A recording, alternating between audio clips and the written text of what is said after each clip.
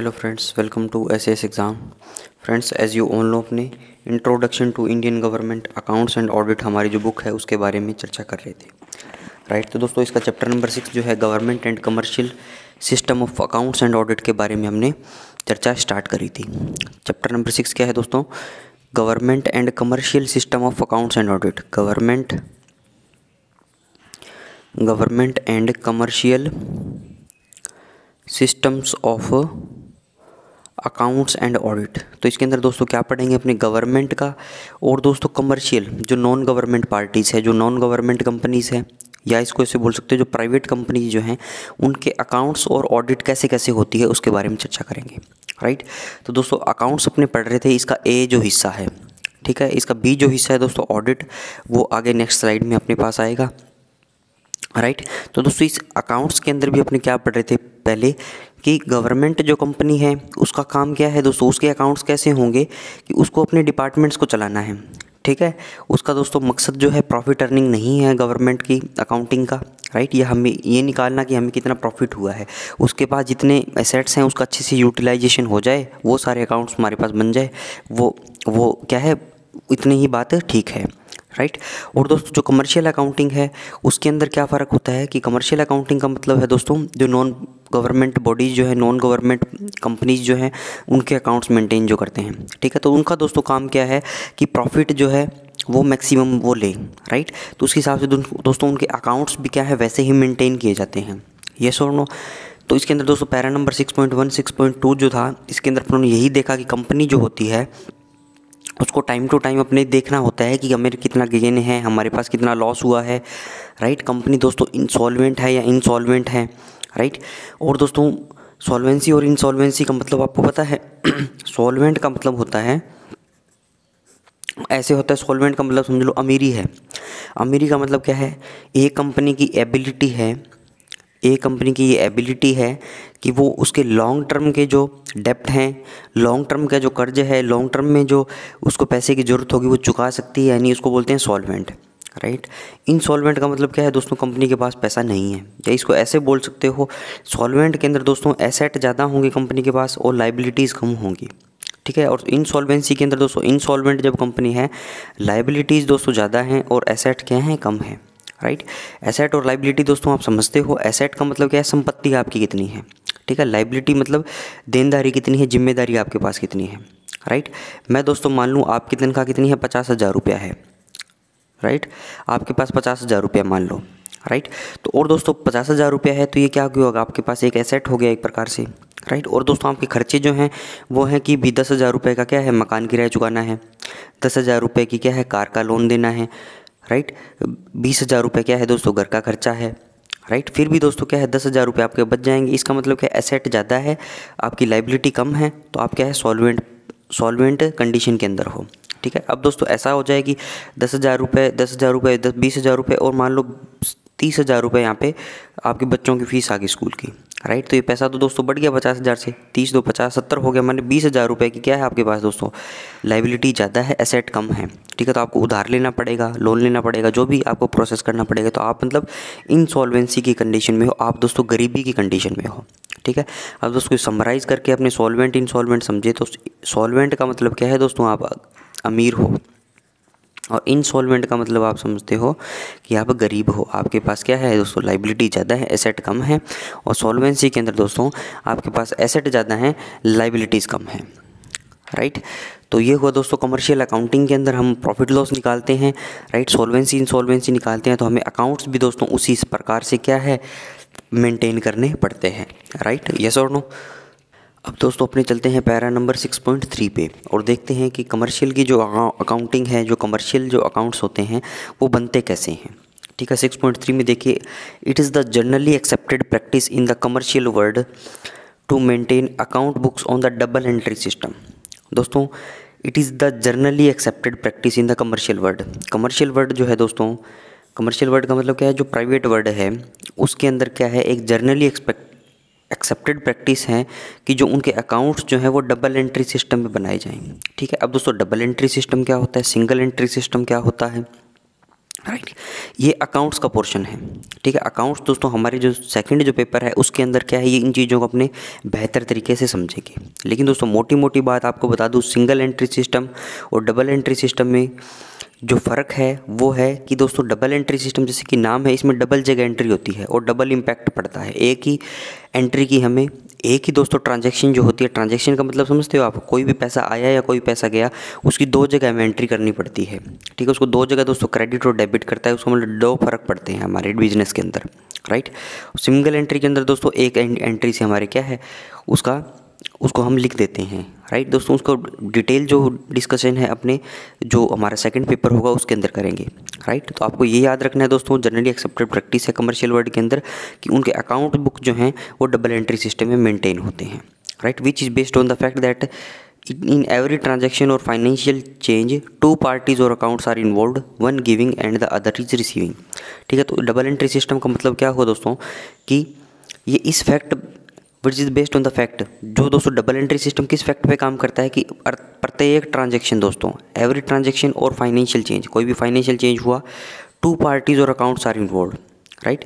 दो पार्टी दोस्तों या दो अकाउंट्स इन्वॉल्व होंगे क्योंकि एक पैसे देने वाला होगा, एक दोस्तों जिसके पास पैसा आएगा, one giving and other receiving, ठीक है। Under that system every transaction therefore requires to entries in the books, ठीक है। तो इसी प्रकार से दोस्तों प्रत्येक ट्रांजैक्शन की क्या होगी, दो एंट्री होगी। एंट्री का मतलब समझते हो दोस्तों, लिखना कागज़ पे, ठीक है।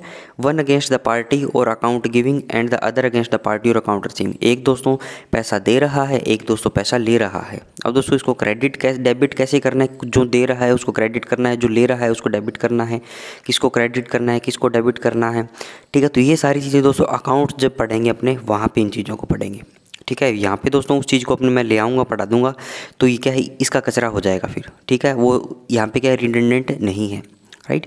तो अपने को दोस्तों याद रखने वाले फैक्चुअल बात यहाँ पे क्या आती है, डबल एंट्री सिस्टम में कमर्शियल वर्ल्ड का अकाउंट बनता है। उस डबल एंट्री सिस्टम के अंदर एक ही ट्रांजैक्शन की दो पार्टी होती है इन्वॉल्व, दो अकाउंट्स इन्वॉल्व होते हैं, एक जो देने वाला एक रिसीव करने वाला। और दोस्तों इसी सिस्टम के अंदर एक जो ट्रांजैक्शन होती है उसकी दो एंट्री हमें रिक्वायर होती है, एक अगेंस्ट द पार्टी जो सामान दे रही है, जो पैसा दे रही है, एक दोस्तों ऐसी पार्टी जो पैसा ले रही है, अकाउंट रिसीविंग कर रही है, ठीक है। आगे समझ में आई दोस्तों 6.3। आगे चलिए, आगे देखिए दोस्तों 6.3 में क्या दिया गया है, further if the concern is a manufacturing one it has also to maintain assets of books for the costing store accounting in order to ascertain as regards. अब दोस्तों अपने क्या अकाउंट्स की टर्म्स हैं, ठीक है। अकाउंटिंग जो है दोस्तों अकाउंट्स की टर्म्स है। जिसने कॉमर्स पढ़ी है दोस्तों वो क्या है इन चीज़ों से फेमिलियर है। जिन्होंने नहीं पढ़ी उनके लिए दोस्तों मैं बता देता हूँ कि पहले हमने पढ़ा कि अकाउंट्स हैं, ठीक है। अकाउंट्स कौन से दोस्तों, कमर्शियल वर्ल्ड के, ठीक है। अकाउंट्स हैं कौन से, कमर्शियल वर्ल्ड के। कमर्शियल वर्ल्ड के अकाउंट्स दोस्तों डबल एंट्री सिस्टम में क्या हो गए उनके, डबल एंट्री सिस्टम क्या है इसमें अडॉप्ट किया गया है। डबल एंट्री सिस्टम के अंदर दोस्तों क्या होता है, दो एंट्रीज होती हैं, एक जो दे रहा है एक जो ले रहा है, दो अकाउंट्स इन्वॉल्व होते हैं, दो प्रकार की क्या है एंट्री इन्वॉल्व होती है, ठीक है। एक तो पहले ये बात पढ़ ली 6.3 के अंदर। दूसरा बोल रहा है दोस्तों अगर कोई भी कंपनी जो है वो मैन्युफैक्चरिंग करती है, ठीक है दोस्तों। ये तो मान लो मेरे पास कोई दुकान थी, मेरी कोई शॉप थी, ठीक है। मैं मैन्युफैक्चरिंग नहीं करता, मैं माल लेता हूँ आगे सप्लाई करता हूँ, ठीक है। ऐसा मेरा काम है, ये मेरा बिजनेस है, ठीक है। अब दोस्तों अकाउंट्स जब अपने पढ़ते हैं तो क्या इसको बिजनेस के नज़रिए से देखिए। अब आप सरकारी नौकरी के जरिए इसको नज़रिए से समझोगे तो आपको समझ में नहीं आएगी ये चीज़ें, ठीक है। अकाउंट्स दोस्तों डबल एंट्री सिस्टम बनाते हैं तो सरकारी नौकरी वाला तो नहीं बनाता होगा, ठीक है। ऑब्वियस सी बात है, जिसका बिजनेस होगा वही बनाएगा, ठीक है। तो कोई मेरी शॉप थी तो मैं डबल एंट्री सिस्टम में ये काम करता था। अगर दोस्तों मेरे पास कोई मैन्युफैक्चरिंग प्लांट है, मैन्युफैक्चरिंग प्लांट है, ठीक है। और दोस्तों मैन्युफैक्चरिंग प्लांट जो है उसके अंदर क्या क्या चीज़ें होगी उसके बारे में बताया गया। Further if the concern is manufacturing one it has also to maintain assets of books for. तो दोस्तों मैन्युफैक्चरिंग प्लांट जो है उसको डबल एंट्री सिस्टम में तो अकाउंट्स बनाएगा ही, उसको दोस्तों और भी अकाउंट्स बनाने पड़ेंगे और भी बुक्स बनानी पड़ेगी। कौन सी, कॉस्टिंग, ठीक है। अब दोस्तों कॉस्टिंग है, इसका नाम देखिए, कॉस्टिंग किससे बना है, कोस्ट से बना है। कॉस्ट का मतलब क्या है, कितना पैसा लगा, राइट। तो दोस्तों ये जो कॉस्टिंग जो अकाउंट है ये मैन्युफैक्चरिंग, कोई किसी का प्लांट है किसी का मैन्युफैक्चरिंग जब करता है तो उसको ये अकाउंट्स भी बनाना पड़ता है, ठीक है। दोस्तों मान लो मेरे मैट्रिसेस का क्या है, मेरा बिजनेस है। मैट्रिसेस का मतलब क्या है, गद्दे, राइट दोस्तों, मेरे मैट्रेसेस का बिजनेस है, गद्दों का बिजनेस है, तो मेरे मैन्युफैक्चरिंग प्लांट है, मेरे पास मशीन है, मैं फॉर्म लेके आता हूँ, कपड़ा लेके आता हूँ, राइट। तो ये सारी चीज़ें जो क्या है दोस्तों, इनका क्या है, कॉस्टिंग का भी अकाउंट मुझे बनाना पड़ेगा। जो दोस्तों मशीन है उनका डेप्रीशिएशन होता है, कितने की मैं मशीन लाया हूँ, उसकी कितनी एनुअल मेंटेनेंस मुझे करनी पड़ती है, ठीक है। तो ये सारी दोस्तों कॉस्टिंग की चीज़ें जो क्या है, इसके अंदर इसकी एक अलग से बुक्स हमें बनानी पड़ती है, राइट। तो ये हो गया कॉस्टिंग। दूसरा store accounting in order to ascertain as regards. दोस्तों स्टोर अकाउंटिंग भी क्या है, हमें करनी पड़ती है। उसके अंदर स्टोर के अंदर कितना माल है, ठीक है। ये तो दोस्तों हो गया कितना पैसा आया, कितना क्या होगा, ये डबल एंट्री सिस्टम में हो गया। इसके बाद दोस्तों कॉस्टिंग का अकाउंट, स्टोर की अकाउंटिंग क्या पर करनी पड़ती है। और स्टोर अकाउंटिंग के अंदर दोस्तों आपको क्या सुनिश्चित करना है, the cost of production of each article. दोस्तों प्रत्येक आर्टिकल जो है उसकी प्रोडक्शन की कितनी कॉस्ट है, ये आपको निकालनी पड़ेगी, so as to control cost, ताकि आप कॉस्ट को क्या कंट्रोल कर सको। मान लो दोस्तों गद्दों पे बहुत ज़्यादा खर्चा आ रहा है, और वो इसलिए आ रहा है क्योंकि मशीन जो है आपकी बार बार ख़राब हो रही है, तो उसके लिए मेंटेनेंस की ज़रूरत है, ठीक है। तो उसके लिए दोस्तों अकाउंट्स बनाने पड़ सकते हैं आपको, कि लास्ट टाइम कब मेंटेनेंस करवाया था, अब मुझे कब मेंटेनेंस करवाना है, right. The cost of production of each article so as to control cost, right. दोस्तों आप पहले 50 गद्दे एक दिन में बनाते थे, राइट। अब दोस्तों ज़्यादा आप मान लो 50 के 100 कर दोगे, राइट, तो आपकी क्या है, कॉस्ट कम हो जाएगी, राइट। लेबर उतने में ज़्यादा एफिशिएंसी से काम करे। तो ये सारी चीज़ें दोस्तों स्टोर अकाउंटिंग के अंदर हम पढ़ते हैं, right. The cost of production of each article so as to control cost और increase price suitably provided of course the market permits. और दोस्तों आपको क्या है, कॉस्ट को कंट्रोल करना है, राइट। और दोस्तों ये चीज़ें कब होगी, जब आपके पास अकाउंट्स होंगे। आपके पास दोस्तों जो एक मैट्रेसेस में बना रहा हूँ उसकी प्राइस वैल्यू ही नहीं है, राइट, तो आप कैसे उसकी कंट्रोल कॉस्ट करोगे, ठीक है। मान लो दोस्तों मेरे चेयर का बिजनेस है, मैं कुर्सियाँ बनाता हूँ, मैं टेबल बनाता हूँ, राइट। तो मान लो एक दिन में 1000 टेबल्स या कुर्सी बनाता हूँ, राइट, चेयर या टेबल बनाता हूँ। तो अब दोस्तों मुझे मेरे पास ऐसा स्टोर अकाउंट होना चाहिए, ऐसी मुझे मेरे पास कॉस्टिंग की बुक्स होनी चाहिए, ताकि मैं एक चेयर या एक टेबल की क्या है कॉस्ट निकाल सकूं। और दोस्तों उस कॉस्ट को ज़्यादा आ रही है तो मैं उसको कंट्रोल कर सकूं, राइट। और दोस्तों मार्केट जितना परमिट करती है उस हिसाब से क्या है, उसको सेलिंग प्राइस भी उसका इंक्रीज़ कर सकूँ, ताकि मेरा जो बिज़नेस है वो मैक्सिमम बेनिफिट में रहे, राइट। तो ये चीज़ क्या होगी, स्टोर अकाउंटिंग और कॉस्टिंग के अंदर आती है। That there is an efficient system of stores control, right. और दोस्तों इन अकाउंट से क्या है, हम जो स्टोर होता है उसको एफिशिएंट सिस्टम क्या है मैनेज कर सकते हैं, उसको कंट्रोल करने का, राइट। तो ये हुआ दोस्तों 6.3 मोस्ट इंपॉर्टेंट पैरा था आपकी समझ बढ़ाने के लिए। 6.4 देखिए दोस्तों, the main concepts applicable to commercial accounts are. दोस्तों कमर्शियल अकाउंट्स जो बनते हैं, जो प्रॉफिटेबल कंपनीज़ के अकाउंट्स बनते हैं, जो प्राइवेट कंपनी के अकाउंट्स बनते हैं, उनके मेन कॉन्सेप्ट क्या है, the financial condition. Financial condition को हिंदी में बोलते हैं दोस्तों वित्तीय स्थिति। क्या बोलते हैं इसको, वित्तीय स्थिति। वित्तीय स्थिति का मतलब क्या है, उसके पास कितना पैसा है, राइट। ये चीज़ें हमें देखनी है। तो ये कैसे रिप्रेजेंट होगी दोस्तों, इसको कैसा पता लगाओगे आप, this is represented by the assets. Assets मतलब कितनी संपत्ति है कंपनी के पास, लाइबिलिटी कितनी भैया देनदारी है, कितना लोन उठाया हुआ है वो, एंड शेयर होल्डर इक्विटी। और दोस्तों 100% कोई कंपनी है, ठीक है, उसमें दोस्तों उसने क्या है, मालिक के पास कितनी है, 60% है, मान लो 40% उसने दोस्तों क्या डाइल्यूट कर दी। डाइल्यूट करने का मतलब क्या होता है दोस्तों, उसके शेयर बांट दिए, राइट। 100 शेयर थे, कंपनी की 100 रुपये वैल्यू थी, ठीक है। 60 रुपये के शेयर तो दोस्तों क्या है, 1 रुपया एक शेयर का वैल्यू है, ठीक है। 60 रुपया तो किसके पास है दोस्तों, कंपनी के क्या है, मालिक के पास। और 40 रुपये जो है उसने डाइल्यूट कर दिए, 40 शेयर उसने बांट दिए, शेयर होल्डर की equity. And refers to the impressions और conclusions one might draw from a balanced area of the company assets and claims against those assets. Financial condition दोस्तों कैसे पता लगाओगे, दोबारा सुनिए। This is represented by the asset, liability, shareholder equity and refers to the impressions or conclusions one might draw from a balanced array of the company asset and claims against those asset। और दोस्तों company की financial condition, आपके पास company की कितनी asset है, कितनी liability है, share holder की कितनी इक्विटी है, कितनी इक्विटी है। और दोस्तों कंपनी के बैलेंस्ड एरे, ये देखिए कंक्लूजन्स आपको ड्रॉ करना है from a balanced array of A company asset. कितना कंपनी का एसेट है उसके दोस्तों एक टेबल बनी हुई है, ठीक है, एक अकाउंट्स मेंटेन है, वहाँ से आपको निकालना है। And claims against those assets.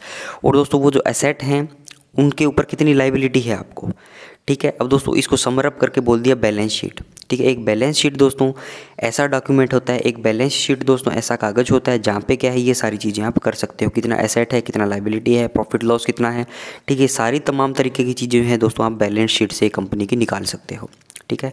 अब ये रीड करना दोस्तों आपको आना चाहिए, और वो अपने क्या पेपर 2 जब पढ़ेंगे तब आप देखेंगे, right, and other associated accounts indicating long range and positions and solvency and liquidity. ठीक है, बैलेंस शीट होगी और दोस्तों और अदर एसोसिएटेड अकाउंट्स होंगे। ठीक है, जो क्या करते होंगे, long range and positions and solvency and liquidity. Solvency दोस्तों आपको बता ही दिया, कितने लाइबिलिटी है, कितने एसेट्स हैं। ठीक है, अब दोस्तों सॉल्वेंसी जो है इसके अंदर दो शब्द हैं, एक तो आ गया कितना सॉल्वेंट, एक आ गया दोस्तों इनसॉल्वेंट। ठीक है, सॉल्वेंट का मतलब क्या बताया दोस्तों, अमीरी है। इनसॉल्वेंट का मतलब क्या हो गया, गरीबी है। राइट, अमीरी का मतलब क्या है, एसेट ज़्यादा है, लाइबिलिटी कम है। इनसॉल्वेंसी गरीबी का मतलब लाइबिलिटी ज़्यादा है, एसेट कम है मेरे पास। ठीक है, तो ये सारी तमाम तरीके की चीज़ें जो है दोस्तों, अदर एसोसिएटेड अकाउंट्स जो बन रहे हैं, आपके बैलेंस शीट जो बन रही है, उसके हिसाब से क्या है, किसी भी कंपनी की फाइनेंशियल कंडीशन, वित्तीय स्थिति जो है आप पता कर सकते हो। राइट, यस और नो। आगे चलिए फ्रेंड्स, अगला देखिए दोस्तों, एक नंबर पे पढ़ लिया अपनों ने फाइनेंशियल कंडीशन, कंपनी की वित्तीय स्थिति कैसी है। दूसरा है दोस्तों रिजल्ट्स ऑफ ऑपरेशंस। राइट, तो इसके अंदर देखिए दोस्तों क्या दिया गया है, रिजल्ट्स ऑफ ऑपरेशन के अंदर the economic results of operations aimed to show what the enterprise has accomplished and at what cost. दोस्तों इकोनॉमिक रिजल्ट का मतलब क्या हुआ, जो इकोनॉमिक रिजल्ट का मतलब दोस्तों क्या हुआ, कंपनी कितने प्रॉफिट में है, कितने लॉस में है। ठीक है, उसकी नेट इनकम कितनी है। ठीक है, इकोनॉमिक रिजल्ट्स का मतलब ये हुआ दोस्तों, कंपनी के पास कितना पैसा है, या तो वो फायदे में चल रही है या किसी में घाटे में चल रही है। राइट, रिजल्ट्स ऑफ ऑपरेशन का मतलब हो दोस्तों the economic results of operations aimed to show. दोस्तों जो इकोनॉमिक रिजल्ट्स जो हम निकालते हैं उनका क्या एम है। ठीक है, उनका क्या एम है दोस्तों, टू शो करना what the enterprise has accomplished and at what cost.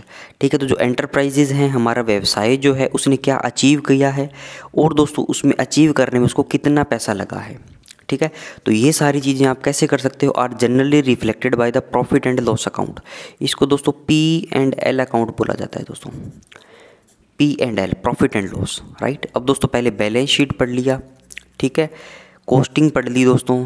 ठीक है, ये शब्द दोस्तों आपको बार बार देखने को मिलेंगे जब हम अकाउंट्स पढ़ेंगे। पूरा चैप्टर दोस्तों हमारी पूरी किताब है, 100 नंबर का जो पेपर आएगा उसके अंदर ये सारे शब्द जो है घूम घूम के आएंगे आपके पास।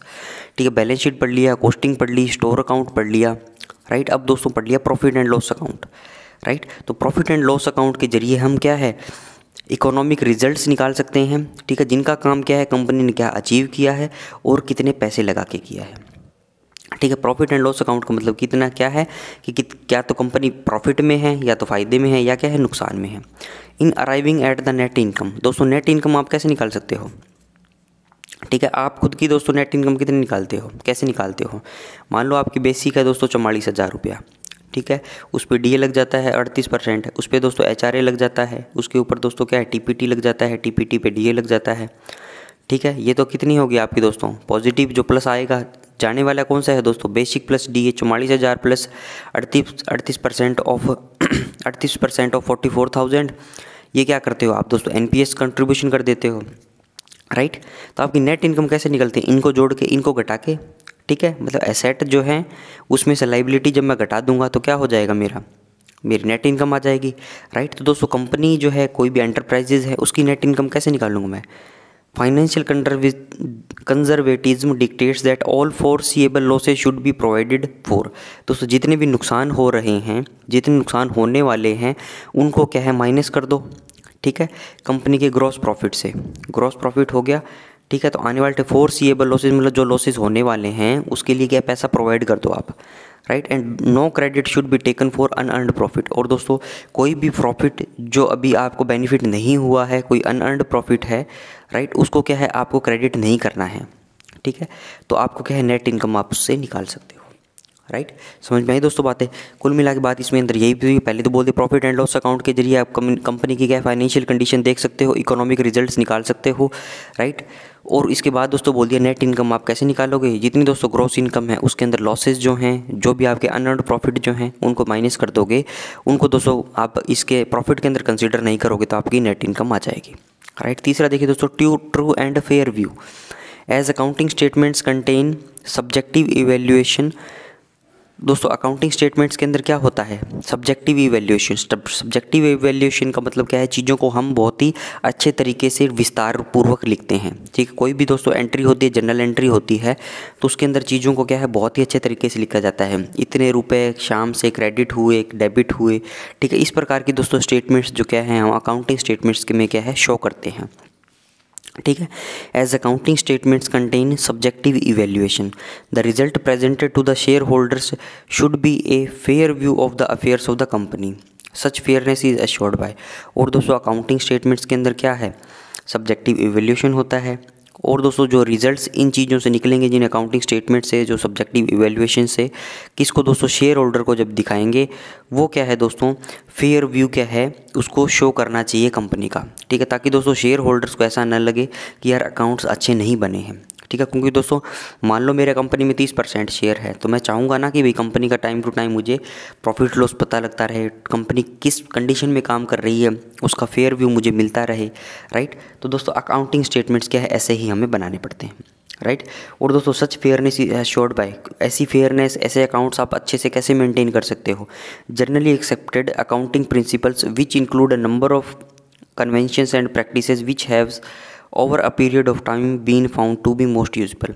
तो इसके अंदर तो आपको ऐसे अकाउंटिंग प्रिंसिपल्स को यूज़ करना है जो क्या है एक्सेप्टेड हैं, ठीक है, सभी के द्वारा।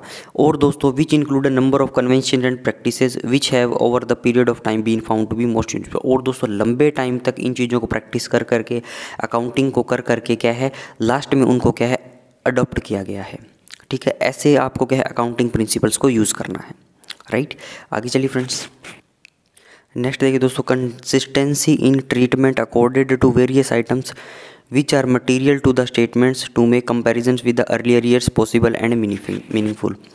अब दोस्तों ऐसे अकाउंट्स आपको बनाने हैं, ठीक है, ताकि आप क्या है प्रीवियस ईयर्स के अंदर जो आपके पास जो स्टेटमेंट्स जो हैं उनका दोस्तों आप क्या है कंपैरिजन कर सको। ठीक है, ऐसे आप ट्रू और फेयर व्यू दे सकते हो कोई भी अकाउंट्स को।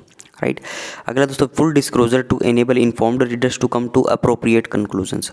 और दोस्तों फुल डिस्क्लोजर आपको देना है, ऐसे अकाउंट्स बनाने हैं जिससे आपको सारी चीज़ें पता लगती रहे।